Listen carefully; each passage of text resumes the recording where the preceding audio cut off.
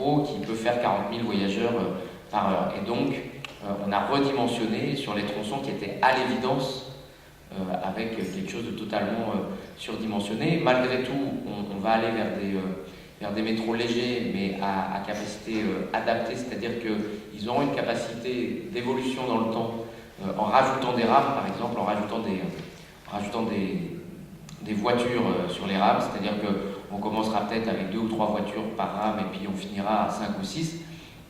Et ça, on a une capacité à jouer sur le matériel roulant et la taille des quais qui permet à terme de faire ce qu'on va faire par exemple là sur la ligne 14, c'est-à-dire que la ligne 14 va passer de 6 à 8 voitures, ce qui va nous redonner 30 et quelques pourcents de capacité supplémentaire pour éviter d'arriver à la saturation de cette ligne. Donc évidemment, on a ça en ligne de mire, hein, cette idée de surtout pas aller vers une saturation du nouveau réseau et donc bien de prévoir au bon niveau, mais quand même toujours au-dessus de ce qu'on prévoit comme jauge maximum. Et évidemment, le rabattement vers les gares, à la fois d'ailleurs du Grand Paris et du réseau actuel, c'est un point sur lequel on est extrêmement attentif. L'intermodalité doit devenir la règle, et donc tous les pôles gares que nous créons ou que nous réaménageons doivent avoir une offre intermodale complète, y compris avec le développement de ce qu'on a appelé Véligo, qui est donc des consignes à vélo sécurisées en gare ou en station, et dont on va faire plusieurs, dont on en a fait 17 d'ores et déjà l'an dernier. On va continuer à en faire, l'objectif étant d'avoir à horizon 2020 20 000 places de stationnement vélo sécurisé, donc en consigne soit accessible avec une clé, soit accessible dans un local sécurisé. Donc 20 000 places à horizon 2020, ce qui sera effectivement pour les cyclistes qui veulent se déplacer, utiliser le vélo en complément des transports en commun, notamment dans leur déplacement domicile-travail. C'est évidemment extrêmement important d'avoir cet aspect-là. Donc l'intermodalité est pensée, et l'ensemble du nouveau réseau Grand Paris Express sera intermodal, avec y compris théoriquement possibilité de monter avec son vélo dans certaines voitures du métro, ce qui est une demande forte des associations cyclistes, sur lesquelles les opérateurs sont généralement un peu réticents, on va dire. Comme tu as répondu, je vais faire une autre question, s'il vous plaît.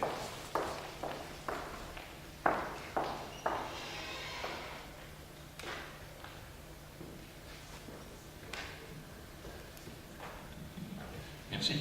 Comment a été pris, s'il vous plaît, en considération le développement de l'automobile électrique dans ce plan d'aménagement?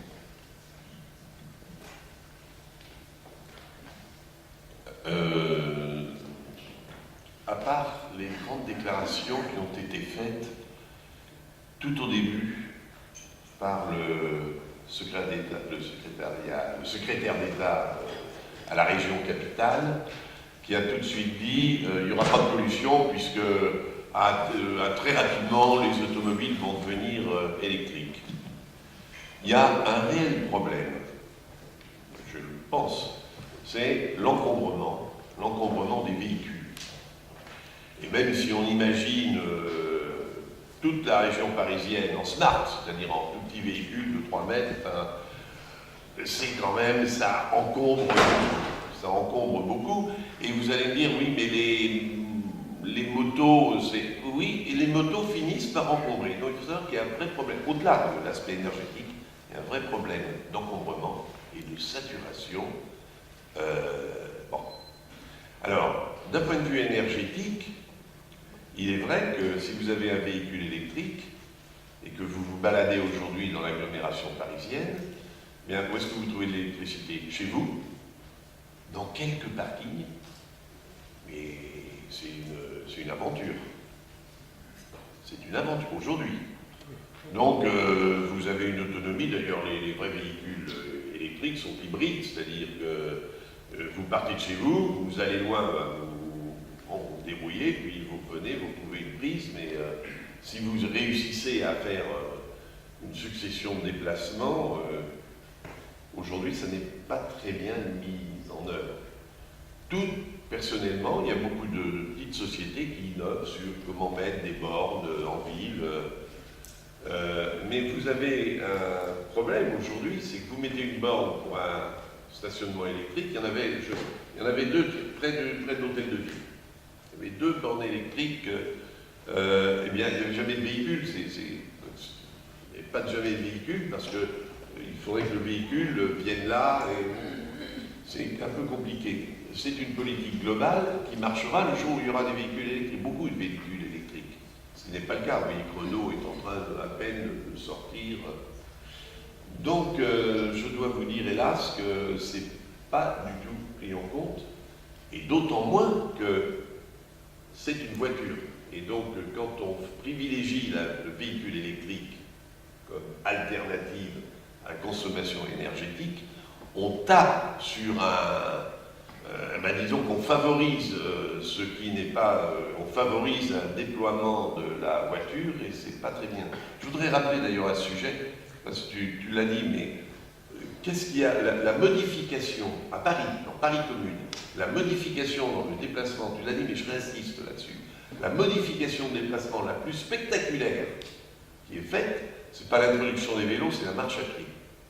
La marche à pied, Paris est devenu une des villes où on marche le plus au monde. Incroyable.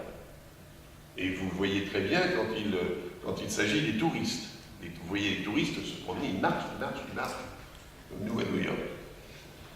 Non, mais je trouve que on doit regarder, il est très difficile de faire de la prospective en matière de nos comportements. On peut se douter d'un certain nombre de choses. Moi, je pense qu'il faut qu'il y ait une réponse électrique astucieuse. On peut tout à fait imaginer de mettre dans les parkings, c'est d'ailleurs, je crois que c'est un programme de la ville de Paris, de mettre à disposition, dans les parkings, des capacités à se brancher, mais c'est quelque chose qui est complexe. Je dis ça parce que j'ai le problème, petite parenthèse, mais sur une commune que je connais, où il y a un marché où les commerçants ont le droit, ont un parking. Mais les commerçants réclament, parce qu'ils peuvent, comment ils sont obligés de laisser leur moteur tourner, ils réclament d'avoir des prises pour garder la chaîne de froid. Eh bien, je vois l'aspect très complexe que représente d'installer une électricité avec des prises dans un parking. Voilà. Excusez-moi.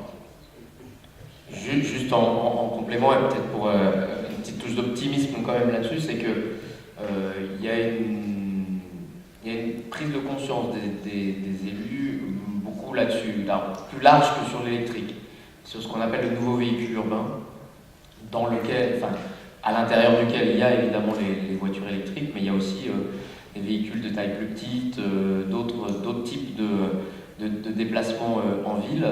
Alors c'est plus sur les flottes captives ou pour la logistique urbaine ou des choses comme ça, mais il y a une vraie réflexion qui est engagée au niveau de l'État avec un rapport parlementaire qui a été commandé à Denis Baupin sur cette question des nouveaux véhicules urbains et de comment les pouvoirs publics pourraient les favoriser. Et au niveau de la région, c'est marrant parce que c'est cet après-midi que j'ai mis sur pied un groupe de travail qui doit proposer des initiatives sur par exemple comment multiplier les bornes de recharge de façon mutualisée, de façon intelligente, et par exemple la question va forcément se poser de la mutualisation des bornes de recharge Autolib qui devraient à terme ne plus être réservées aux véhicules Autolib, et sur des réflexions sur les nouveaux véhicules urbains, sur le développement de l'électrique, etc. Mais moi j'ai tendance à plutôt croire à des choses qui sont plus anciennes que ça et qui ont encore une marge de progression absolument colossale, que sont le covoiturage et l'autopartage. Parce que franchement, en matière de nouveaux usages automobiles, je pense que les vrais gisements de diminution du nombre d'automobiles, donc de l'encombrement, et en même temps d'une écomobilité plus grande, c'est quand même dans le fait d'être plus nombreux dans chaque véhicule, parce que c'est quand même comme ça qu'on réduira et l'impact environnemental et l'impact aussi simplement en termes d'encombrement, effectivement, ce qui commence à poser de gros problèmes en termes d'occupation de l'espace public. C'est-à-dire que c'est assez faramineux quand on regarde la place que prend la voiture dans l'espace public, c'est absolument colossal. Et ce qui est marrant, c'est que c'est à Singapour ils sont en train de développer les transports. Ils ont exactement le même projet, ils ont quasiment le Grand Paris, c'est-à-dire 180 km de réseau, de nouveaux métros à horizon 2030. On dirait que c'était assez rigolo d'en discuter avec eux. Et eux, ils sont moins sur la question de l'empreinte écologique, les gaz à effet de serre, etc. Eux, ils sont sur le fait qu'ils ont 700 km de territoire, qui ne bougeront jamais puisqu'ils sont une île, et qu'a priori, ils ont des voisins qui ne les laisseront pas bouger beaucoup. Et donc, ils se disent, on a déjà 13% de notre territoire qui est occupé par des routes. Donc, c'est plus possible d'aller plus loin. Et donc, c'est juste la place que prend la voiture sur leur territoire les empêche aujourd'hui de prévoir un développement démographique et un développement économique. Et du coup, c'est pour ça qu'ils sont en train de faire du métro enterré, pour pouvoir regagner des modes de déplacement sans impacter l'empreinte territoriale que ça suppose. Donc c'est marrant comme finalement cette question de l'encombrement peut être un bon angle d'approche pour essayer de développer, y compris chez des gens a priori pas forcément hyper favorables à l'environnement.